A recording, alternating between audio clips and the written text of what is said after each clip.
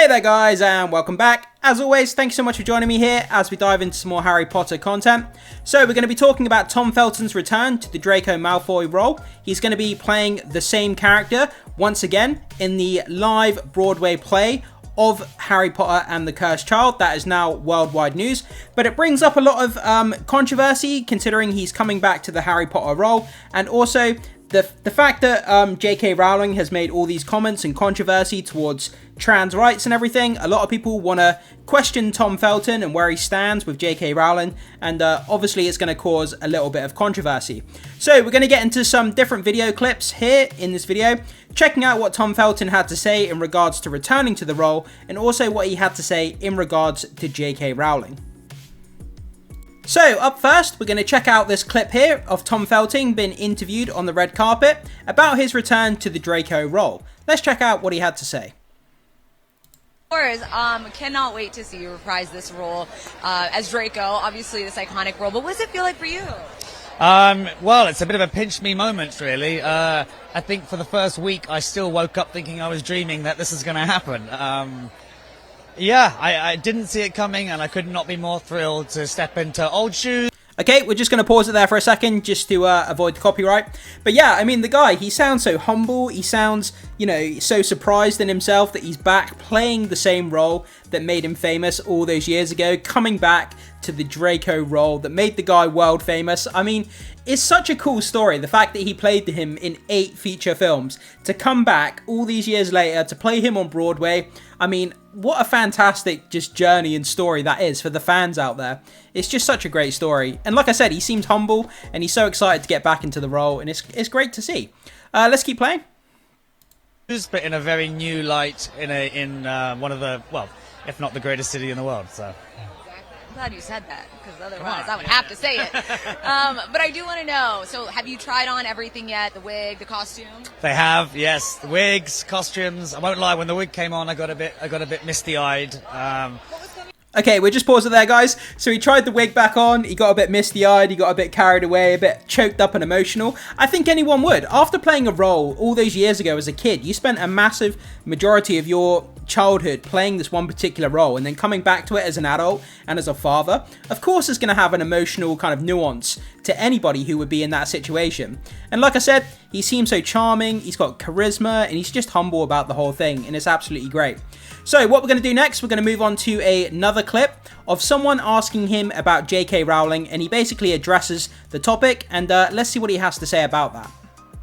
So yeah, this clip here with Tom Felton being asked about J.K. Rowling. I'm sure his PR team have sat him down and said, look, you're going to be asked this question. It's going to keep coming up. People are going to keep asking questions about J.K. Rowling. It's all the controversy. It's all over the news. It's all over social media. And I'm sure they've gone down and rehearsed what to say in response to these questions. And the guy, he comes off classy. The way he answers this question, I think, is absolutely perfect. So let's check it out and see what he has to say. How does the sort of Twitterverse controversy around J.K. Rowling's views impact you at all, or impact your work on the world at all? No, I can't say it does. I'm not really that attuned to it. The only thing I always remind myself is that I've been lucky enough to travel the world. Here I am in New York, and I have not seen anything bring the world together more than Potter, and she's responsible for that. So.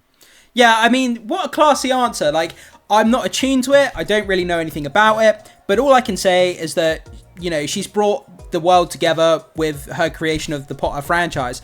I mean, it's a great way of saying it. I mean, he doesn't go into too much detail. He doesn't say anything controversial. And it's just kind of a classy way to answer it.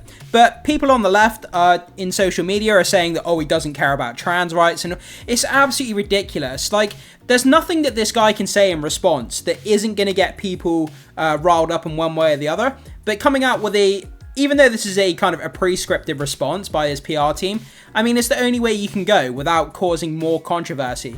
And considering he's going to be on Broadway, he cannot be stirring up controversy. And I think he answered it in a perfectly kind of classy and clear way. And there's nothing really else to say. There's nothing else you can really say about the subject. Okay, so moving on to our next clip here, Tom Felton is being interviewed by Sky News, and you'll notice right towards the end of the interview, they finally try to ask him a question about J.K. Rowling, and then the reporter gets cut off by his marketing team, and they shut it down, and you'll see exactly what I mean. So let's play this clip. Check this out, guys. The world equally, so I think to be part of that is pretty cool. Yeah, it really is, isn't it? And you're sort of, you know, you're still very much, you and the other stars of the film are sort of very much still the face of the franchise, if you like. You know, we sort of, you know, speak to you and hear from you guys, and as I was just saying, you get asked about it all the time.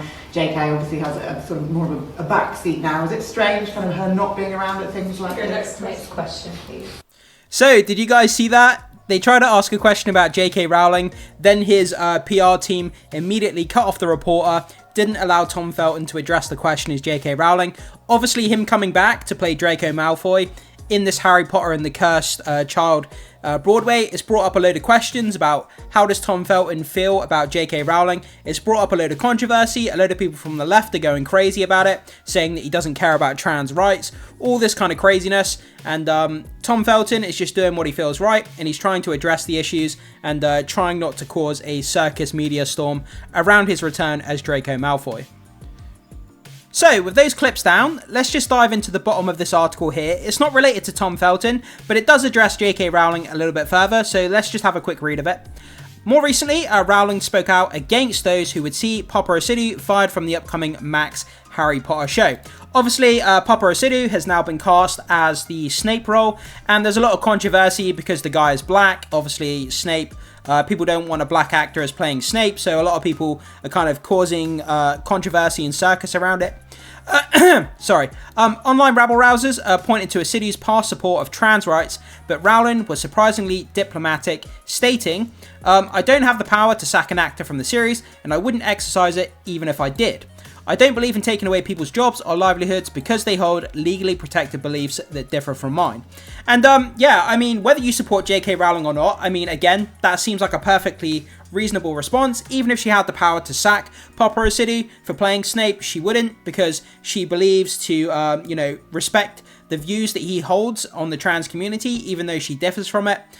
So, I mean, that's where it is. And that's basically what she had to say in response to fans asking her to get involved in sack Paparazzi.